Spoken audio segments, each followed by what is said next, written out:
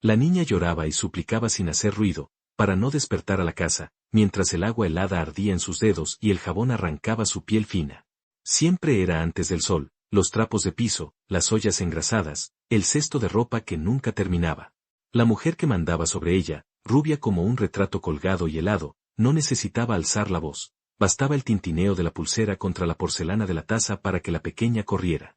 Decía que era por su bien, que la pereza era enfermedad peor que la fiebre, y que, niña sin madre tiene que aprender 2 veces.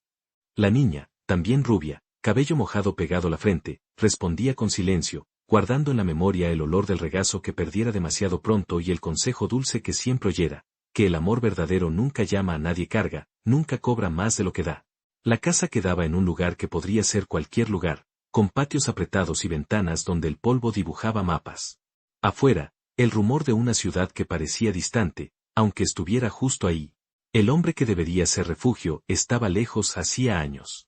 Decían que había partido para trabajar, que el trabajo traga a quienes no saben cuándo volver. En boca de la mujer rubia, su ausencia se había vuelto sentencia, no escribe porque no recuerda. A la niña le cabía creer o dudar en silencio, recogiendo sobras de palabras como quien recoge migajas para un pajarito herido. Lo que había por perder era mayor que un plato de comida o una cobija. La niña, más que todo, temía perder los vestigios de quien era, el dije en forma de corazón con una fotografía minúscula de la madre amorosa, el cuaderno con la caligrafía enseñada a la luz de la lámpara, el modo de peinar el cabello, aquel mismo que la mujer insistía en atar demasiado apretado, como si quisiera moldear la identidad hasta doler.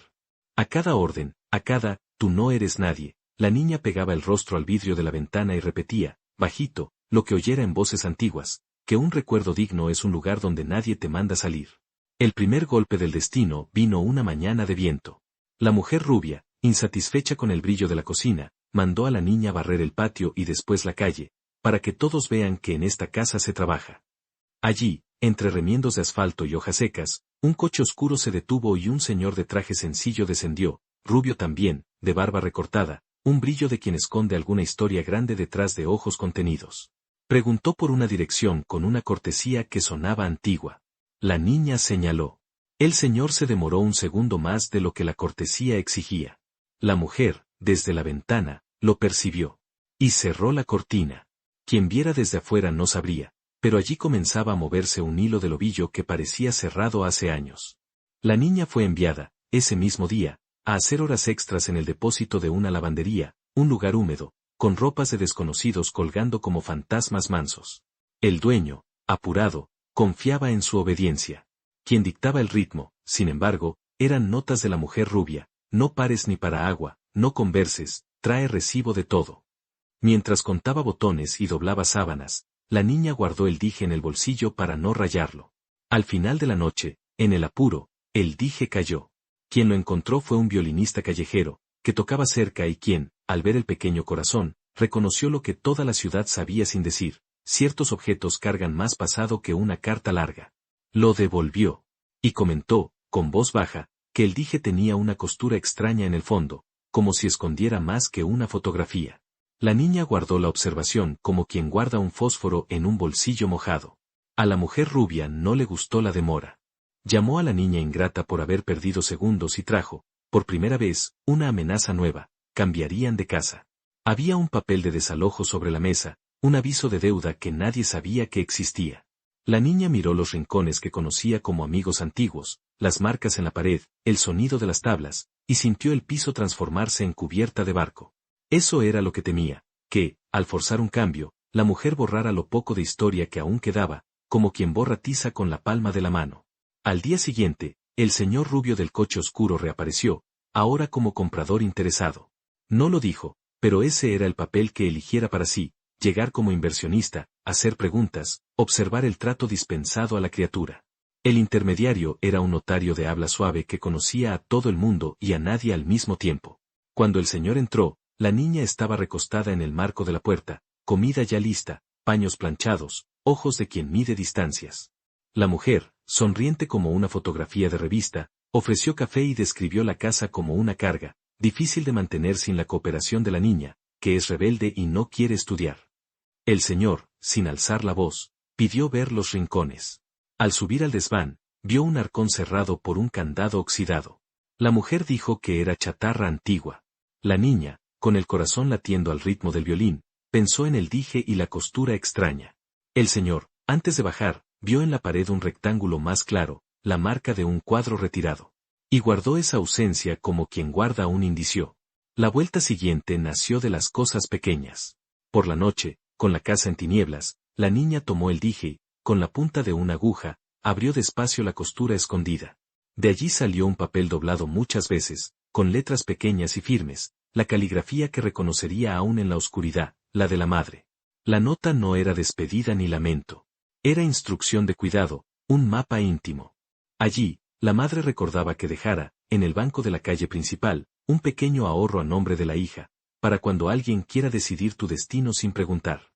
La niña sintió el cuarto alargarse.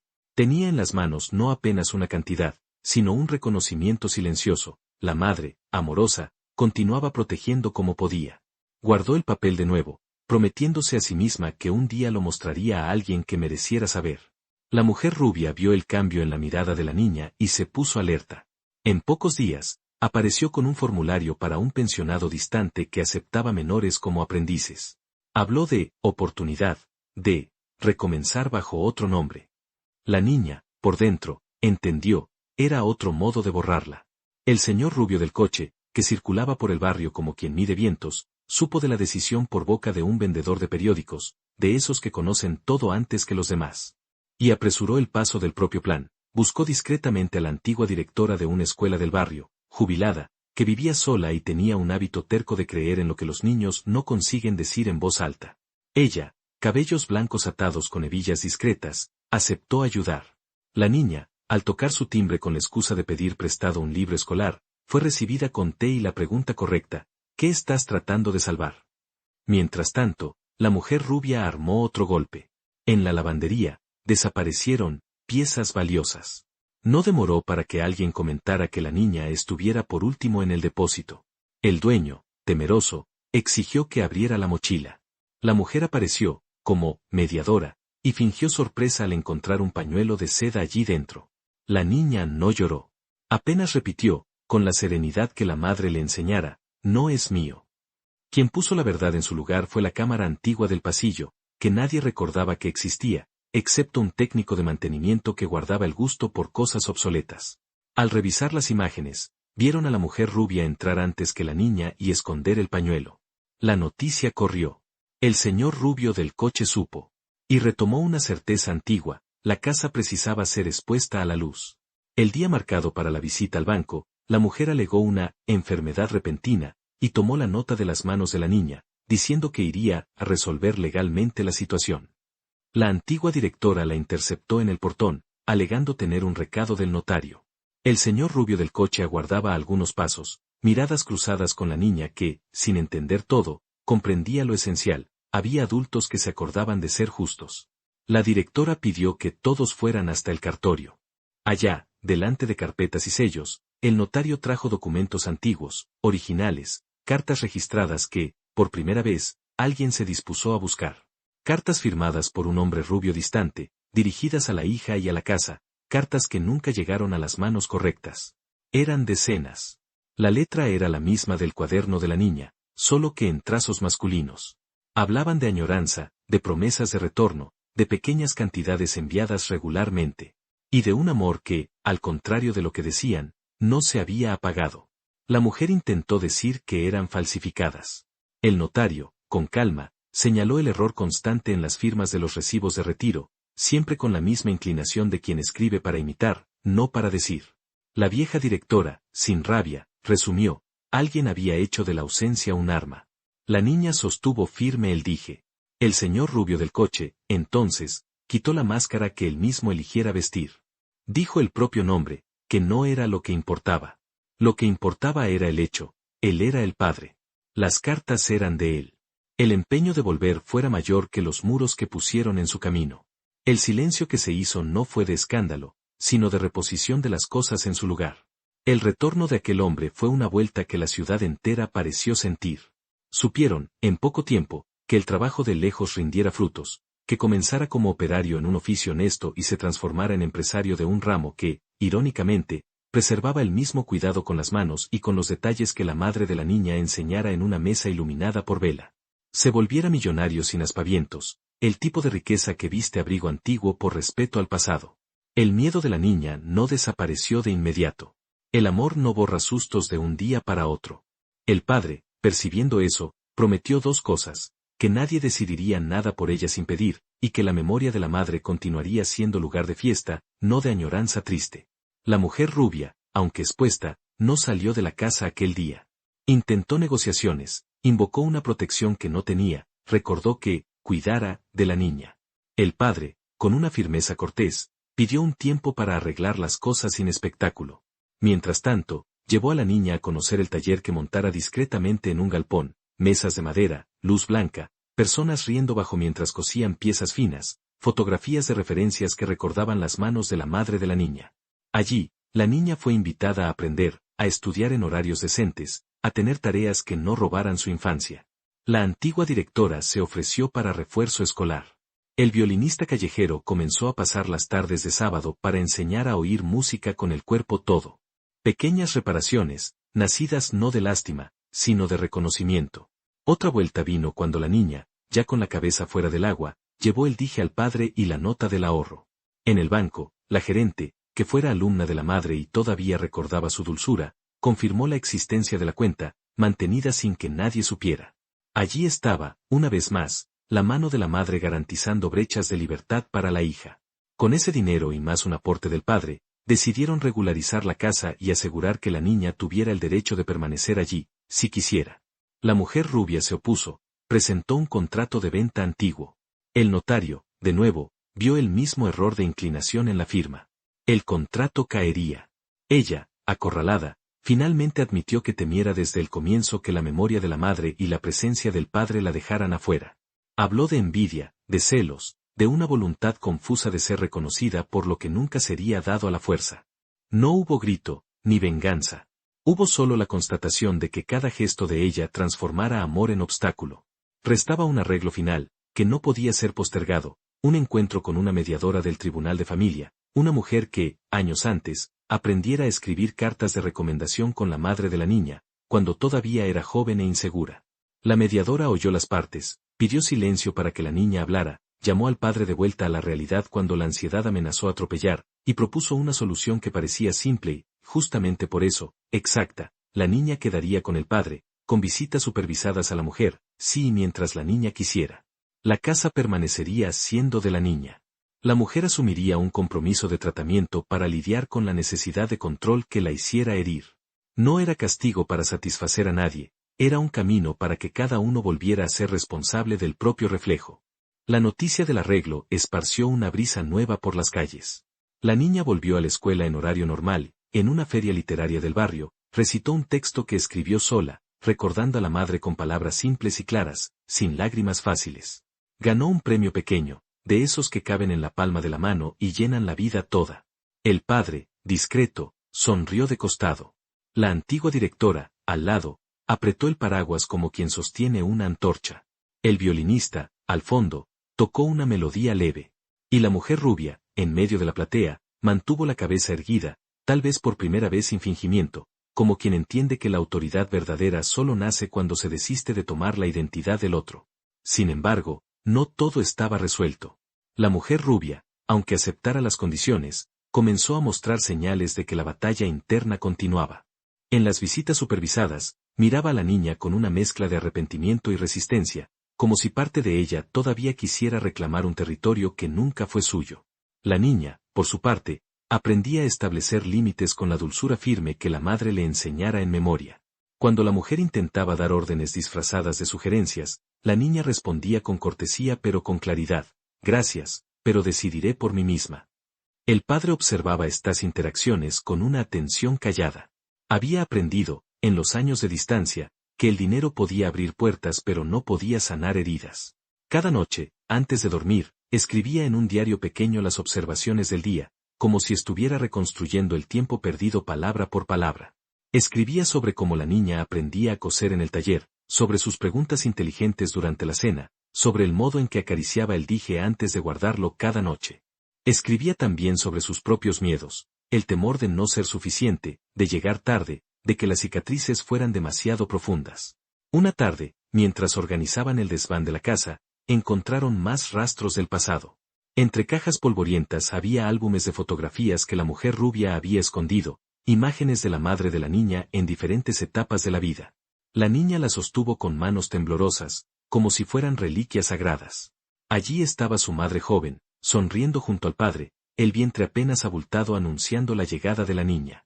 Había fotos de cumpleaños, de tardes en el parque, de abrazos que parecían eternos.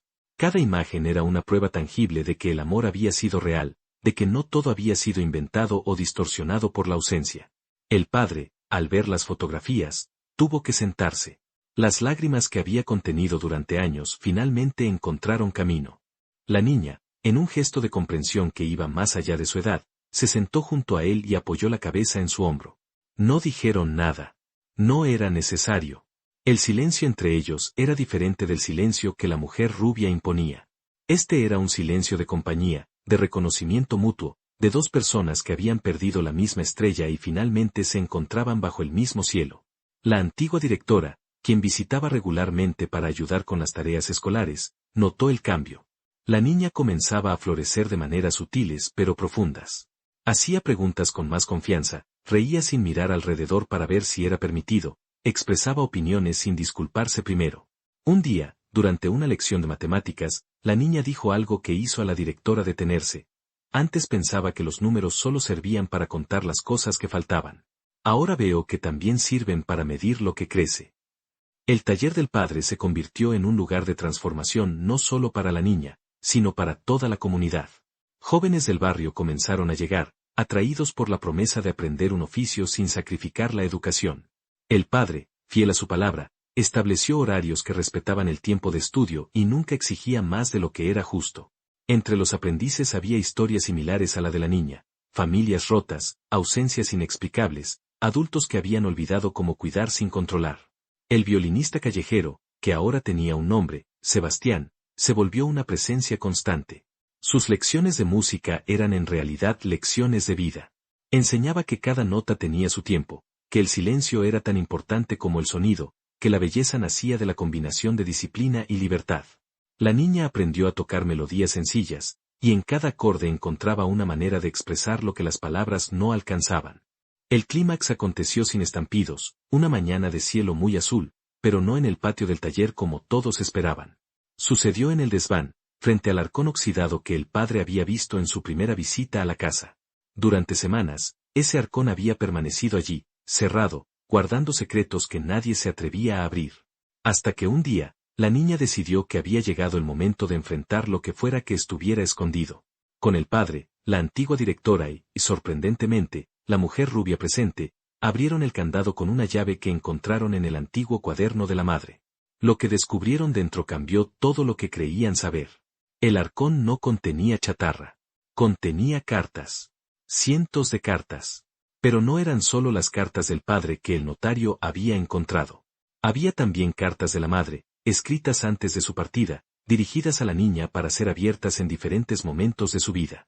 Había cartas para cuando cumpliera 10 años, para cuando aprendiera a leer poesía, para cuando sintiera que el mundo era demasiado pesado, para cuando encontrara el primer amor, para cuando dudara de sí misma.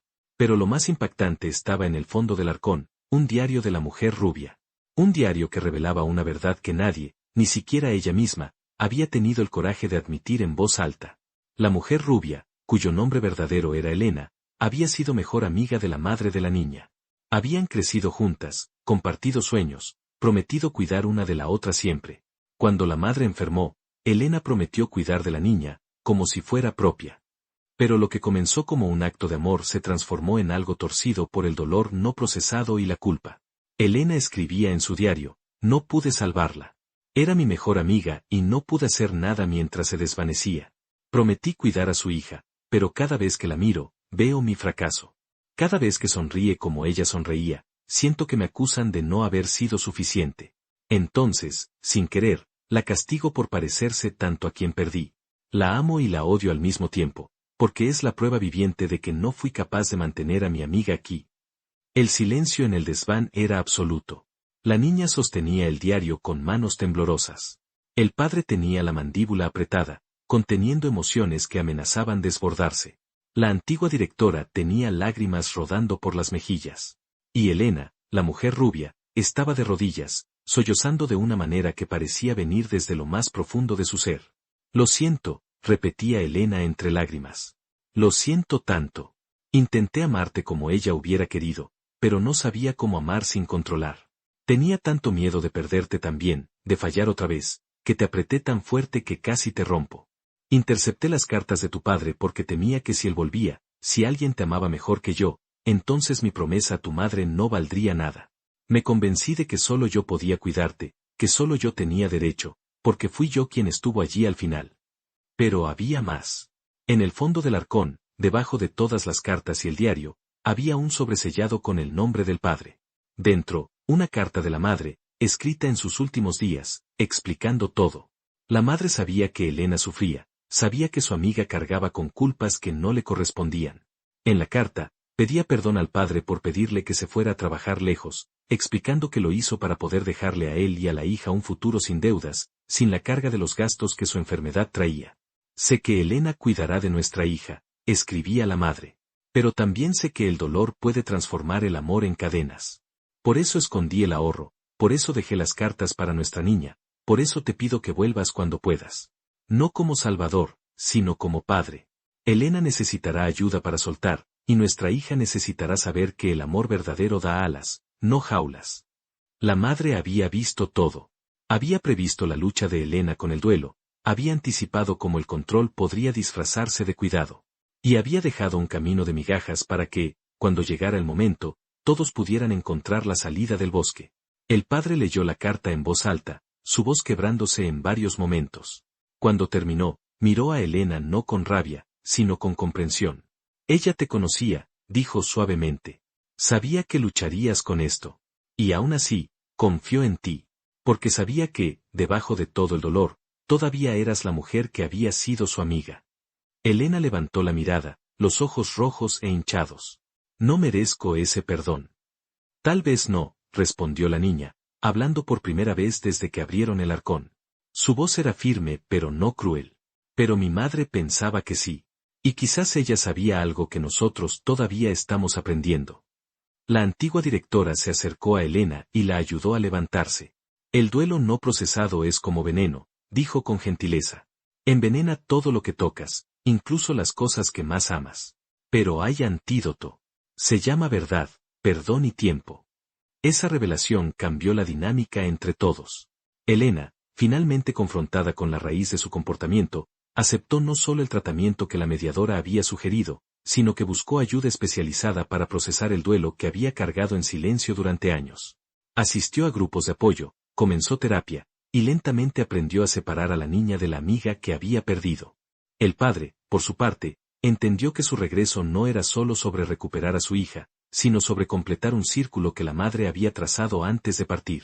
Entendió que Elena no era una villana, sino otra víctima de las circunstancias, alguien que había intentado cumplir una promesa sin las herramientas emocionales necesarias.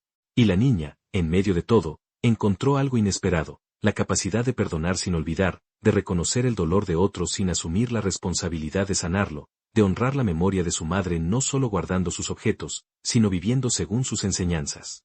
En el taller, días después de la revelación del arcón, el padre anunció la apertura de la nueva ala dedicada a enseñar jóvenes del barrio. Pero antes del anuncio oficial, reunió a todos los involucrados en la historia, la niña, Elena, la antigua directora, Sebastián el violinista, el notario, la mediadora, la gerente del banco. Esta no es mi victoria, comenzó el padre. Es la victoria de una mujer que, aun enfrentando lo inevitable, tuvo la sabiduría de plantar semillas para un futuro que no vería. Mi esposa sabía que el amor verdadero trabaja en silencio, que construye puentes incluso cuando parece que solo quedan muros. Ella nos dejó un mapa, y cada uno de nosotros siguió las señales a nuestro modo. Miró a Elena. Tú intentaste cumplir una promesa imposible. Nadie puede reemplazar a quien se fue, pero puedes honrar su memoria de otras maneras. Miró a la niña. Tú guardaste la esencia de tu madre viva, no en objetos, sino en la manera de ver el mundo. Miró a cada uno de los presentes. Y todos ustedes, de maneras pequeñas y grandes, ayudaron a que la verdad encontrara su camino. La niña fue invitada a cortar la cinta simbólica del nuevo taller, con una tijera que había sido de la madre. Pero antes del corte, hizo algo que nadie esperaba. Se acercó a Elena y le extendió la mano. Mi madre te quería, dijo la niña. Y aunque no entiendo todo lo que pasó, entiendo que el dolor te hizo olvidar quién eras. El nuevo taller necesitará a alguien que enseñe disciplina, que ayude a mantener el orden. No como jefa, sino como guía.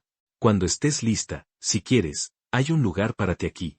No por obligación, sino porque creo que mi madre hubiera querido que encontraras el camino de vuelta a ti misma.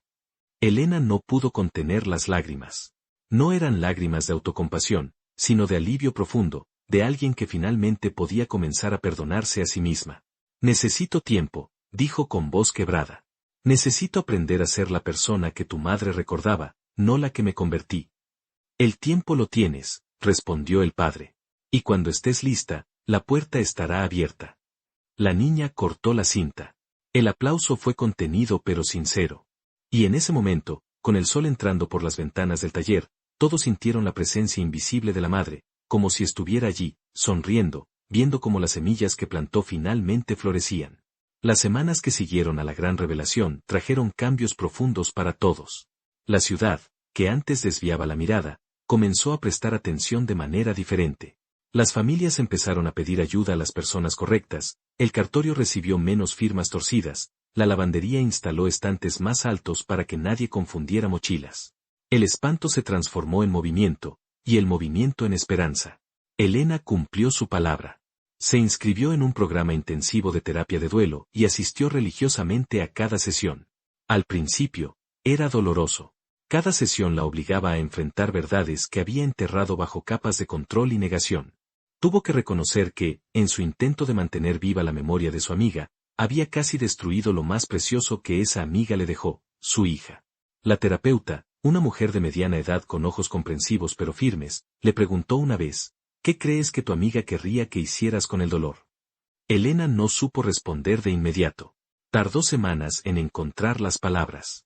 Finalmente dijo, creo que querría que lo transformara en algo que ayudara, no que hiriera. Fue el principio de su verdadero camino de sanación. Mientras tanto, la niña florecía de maneras que parecían milagrosas pero que en realidad eran simplemente el resultado natural de estar finalmente en un ambiente donde podía ser ella misma. En la escuela, sus calificaciones mejoraron no porque estudiara más, sino porque ahora podía concentrarse sin el peso constante del miedo. En el taller, aprendió no solo a coser, sino a diseñar, a imaginar, a crear. Sus manos, que antes solo conocían el agua fría y el jabón que arrancaba la piel, ahora acariciaban telas suaves y creaban belleza. El padre observaba cada paso de su desarrollo con una mezcla de orgullo y melancolía. Orgullo por la persona en que se estaba convirtiendo, melancolía por todos los momentos que había perdido. Una noche, mientras cenaban juntos, la niña notó la tristeza en sus ojos. ¿En qué piensas?, preguntó ella. El padre sonrió con tristeza. Pienso en todos los cumpleaños que no celebré contigo, en todas las noches que no estuve aquí para consolarte cuando tenías pesadillas, en todos los momentos pequeños que conforman una vida. La niña reflexionó por un momento. Luego dijo algo que demostraba una sabiduría más allá de sus años. Mamá me enseñó, a través de sus cartas, que el amor no se mide en tiempo presente, sino en intención constante. Tú estuviste ausente en cuerpo, pero presente en espíritu. Cada carta que escribiste, cada centavo que enviaste, cada pensamiento que tuviste sobre mí, eso era amor. No es perfecto, pero es real.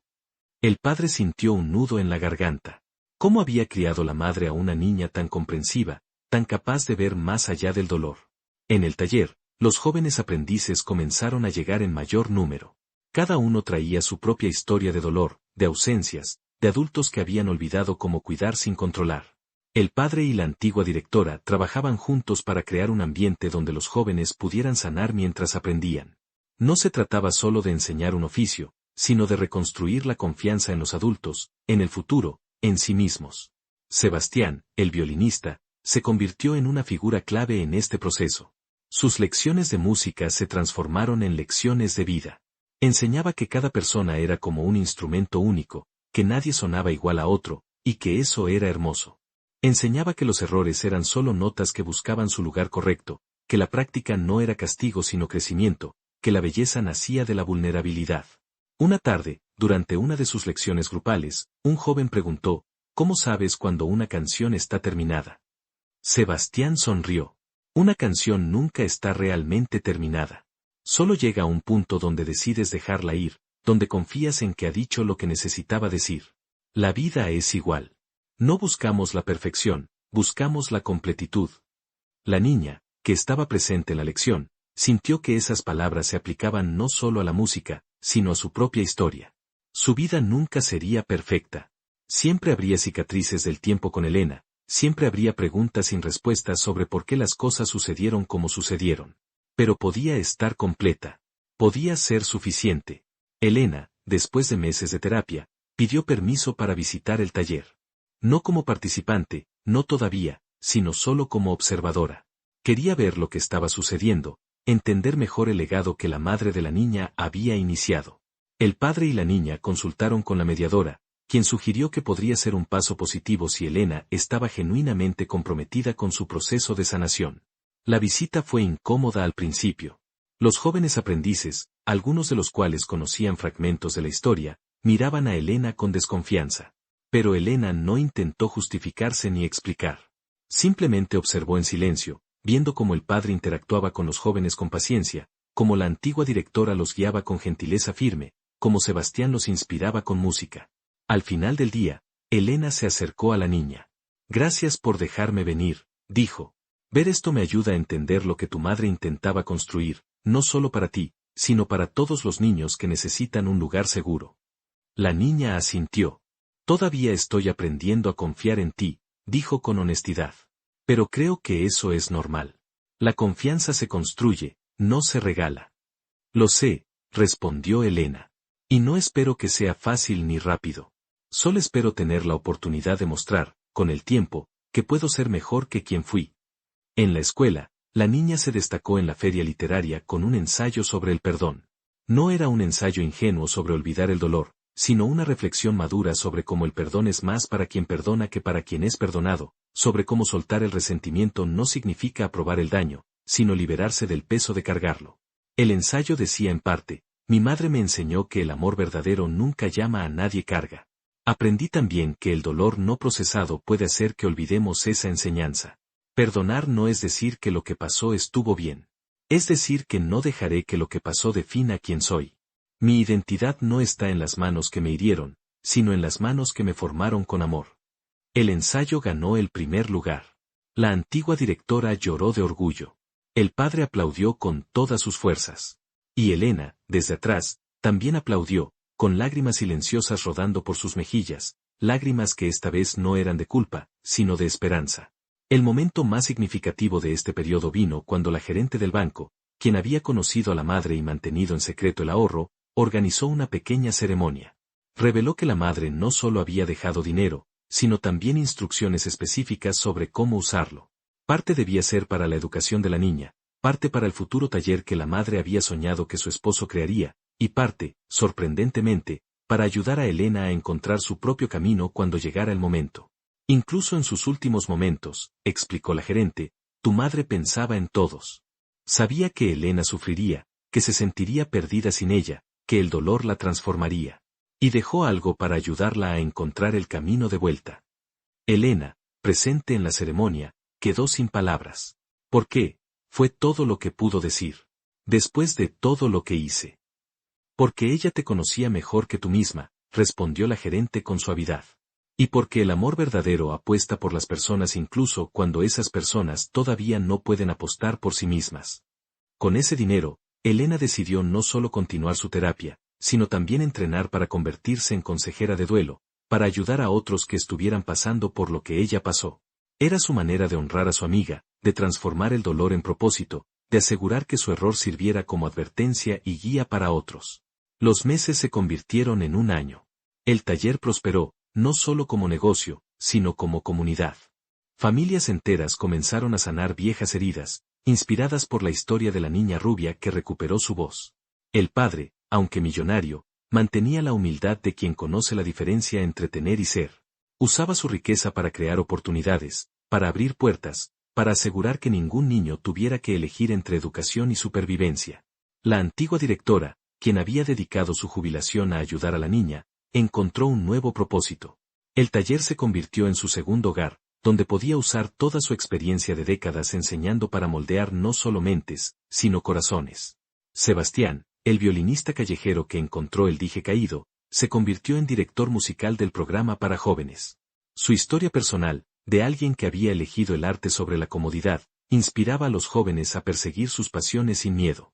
El notario, quien había desentrañado las firmas falsas y encontrado las cartas interceptadas, se volvió más vigilante en su trabajo. Comenzó a capacitar a otros notarios sobre cómo identificar señales de abuso y control, cómo prestar atención no solo a los documentos, sino a las personas que los firmaban. La mediadora del Tribunal de Familia, quien había propuesto la solución que permitió a todos sanar, usó el caso como ejemplo en conferencias sobre justicia restaurativa. Hablaba sobre cómo el sistema legal podía ser una herramienta de sanación, no solo de castigo, cuando se aplicaba con sabiduría y compasión. Y la niña, en el centro de todo, creció. No solo en estatura, sino en profundidad. Aprendió a llevar la memoria de su madre no como carga, sino como luz. Cada carta que su madre le había dejado se convirtió en un momento sagrado de conexión, leída en el momento preciso para el cual fue escrita. El día de su 13º cumpleaños, abrió una carta que su madre había dejado específicamente para esa edad. La carta decía: mi amor, si estás leyendo esto, significa que ya no estoy contigo en cuerpo, pero sabes que siempre estoy contigo en espíritu. A los 13 años, comienzas a preguntarte quién eres más allá de lo que otros dicen que debes ser. Quiero que sepas que eres exactamente quien necesitas ser. No te disculpes por ocupar espacio, por tener voz, por brillar. El mundo intentará hacerte pequeña, manejable, callada. Resiste. Sé grande, sé incontenible, sé ruidosa cuando sea necesario. Pero sobre todo, sé amable. La amabilidad no es debilidad. Es la fuerza más poderosa del universo. Te amo más allá de las palabras, más allá del tiempo, más allá de todo. Mamá. La niña leyó la carta en voz alta en una pequeña celebración de cumpleaños en el taller. No hubo lágrimas tristes, solo sonrisas de reconocimiento. Todos los presentes, el padre, la antigua directora, Sebastián, los jóvenes aprendices, e incluso Elena, quien ahora visitaba regularmente como voluntaria en formación, sintieron el peso de esas palabras. 2 años después de aquel día en que el hombre rubio del coche oscuro apareció por primera vez, el taller organizó su primera graduación oficial. 10 jóvenes, incluyendo a la niña, completaron el programa. Cada uno recibió no solo un certificado de habilidades, sino también un portafolio con sus creaciones, una carta de recomendación, y algo inesperado, un dije en forma de corazón, similar al de la niña, con una fotografía de ellos mismos en el interior y una nota que decía: nunca olvides quién eres. La ceremonia fue sencilla pero profunda. El padre habló sobre cómo el taller era el sueño de su esposa hecho realidad, sobre cómo cada joven representaba una victoria del amor sobre el abandono, de la esperanza sobre la desesperación. La antigua directora habló sobre el poder de la educación combinada con el amor. Sebastián tocó una melodía original que había compuesto específicamente para la ocasión. Y luego fue el turno de la niña. Ahora con 15 años, rubia como la luz de la mañana que entraba sin culpa por las ventanas, subió al pequeño podio improvisado. Sostuvo el dije de su madre en una mano y el micrófono en la otra. Durante años, comenzó, pensé que mi historia era sobre pérdida. Perdí a mi madre demasiado pronto. Perdí años con mi padre. Perdí la inocencia de mi infancia bajo el peso de responsabilidades que no me correspondían. Pero hoy entiendo que mi historia no es sobre lo que perdí, es sobre lo que encontré. Hizo una pausa, mirando a cada persona en la sala. Encontré que el amor de mi madre no terminó cuando ella partió. Encontré que mi padre nunca me olvidó, aunque estuviera lejos. Encontré que los desconocidos pueden convertirse en familia cuando eligen ver y actuar. Encontré que incluso las personas que nos hieren pueden sanar y cambiar si se les da la oportunidad y las herramientas correctas. Miró específicamente a Elena, quien estaba sentada en la última fila. Encontré que el perdón no es un regalo que damos a otros, sino una libertad que nos damos a nosotros mismos. Y encontré que la historia que mi madre comenzó a escribir continúa escribiéndose a través de cada uno de nosotros aquí presentes. El aplauso fue estruendoso. Pero la niña todavía tenía más que decir. Levantó la mano para pedir silencio. Hay algo más que quiero compartir, continuó. Mi madre dejó una última instrucción en el banco. La gerente me la dio hace unos meses, cuando cumplí 15. Decía que cuando este taller estuviera establecido, cuando yo estuviera segura y sanando, debía usar lo que quedaba del ahorro para comenzar algo nuevo, una fundación que ayude a otros niños que están pasando por lo que yo pasé. El murmullo de sorpresa recorrió la sala. El padre se inclinó hacia adelante, escuchando intensamente. Así que hoy anuncio la creación de la Fundación Manos Amorosas, dijo la niña, su voz firme y clara. Trabajaremos con familias en duelo, con niños en situaciones de control, con adultos que necesitan aprender la diferencia entre cuidar y dominar. Ofreceremos terapia gratuita, programas educativos, y apoyo legal. Y lo haremos en memoria de una mujer que sabía que el amor verdadero planta semillas para jardines que nunca verá florecer. La sala estalló nuevamente en aplausos. El padre se puso de pie, lágrimas corriendo libremente por su rostro. La antigua directora aplaudía con todas sus fuerzas. Sebastián tocó un acorde triunfante en su violín. Y Elena, en la última fila, aplaudía también, sabiendo que finalmente había encontrado su camino de regreso a la luz. Después de la ceremonia, hubo una pequeña recepción. Fue allí donde sucedió el momento más significativo de todos. Elena se acercó a la niña con algo en las manos, un álbum de fotografías cuidadosamente restauradas. Estas son todas las fotos que escondí, dijo Elena, su voz apenas un susurro.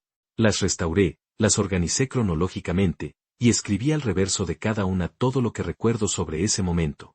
¿Quién estaba allí? ¿Qué estábamos haciendo? ¿Qué dijo tu madre?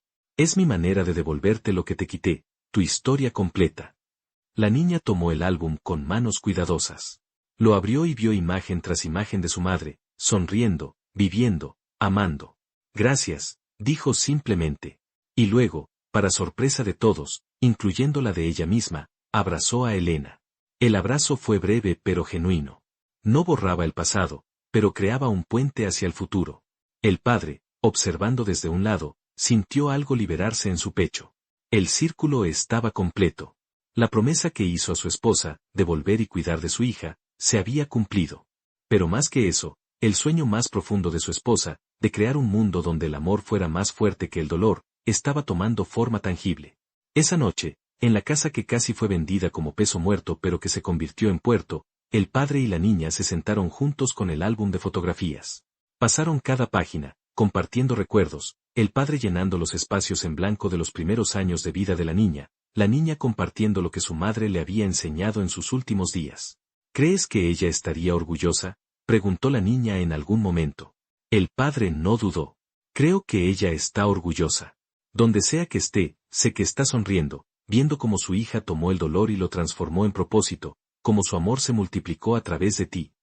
La niña se recostó contra su hombro. Te extrañé tanto, dijo en voz baja. Y yo a ti, respondió el padre. Cada día. Cada momento. Pero estamos juntos ahora. Y tenemos el resto de nuestras vidas para construir nuevos recuerdos. Afuera, la ciudad continuaba su ritmo. Pero dentro de esa casa, había paz. Una paz ganada con esfuerzo, construida con verdad, sostenida con amor. Los años siguientes trajeron más cambios. La Fundación Manos Amorosas creció, ayudando a cientos de familias. Elena completó su formación y se convirtió en una de las consejeras principales de la fundación, su propia historia de transformación sirviendo como testimonio de que nunca es demasiado tarde para cambiar. El taller expandió a otras ciudades, cada uno llevando el mismo espíritu de amor y oportunidad. La niña creció hasta ser una mujer joven, equilibrando sus estudios con su trabajo en la fundación, llevando el legado de su madre hacia el futuro. Y el dije en forma de corazón, ese pequeño objeto que contenía tanto, pasó a simbolizar algo más grande, la idea de que el amor verdadero nunca se pierde, solo se transforma, creciendo y multiplicándose a través de las vidas que toca. Queridos amigos, la historia que acabamos de compartir nos recuerda que nunca es demasiado tarde para sanar, para perdonar, para transformar el dolor en propósito. Si esta historia tocó tu corazón, te invito a que la compartas con alguien que necesite escuchar que el amor verdadero siempre encuentra el camino. Déjanos saber en los comentarios qué parte de la historia resonó más contigo, qué lección llevarás en tu corazón. Suscríbete a nuestro canal para más historias que inspiran, que sanan, que recuerdan que somos más fuertes de lo que pensamos. Dale like si crees que el amor puede transformarlo todo, y comparte esta historia con alguien que necesite recordar que nunca está solo. Juntos, como los personajes de esta historia, podemos crear un mundo donde el amor sea más fuerte que el dolor. Nos vemos en la próxima historia. Hasta pronto.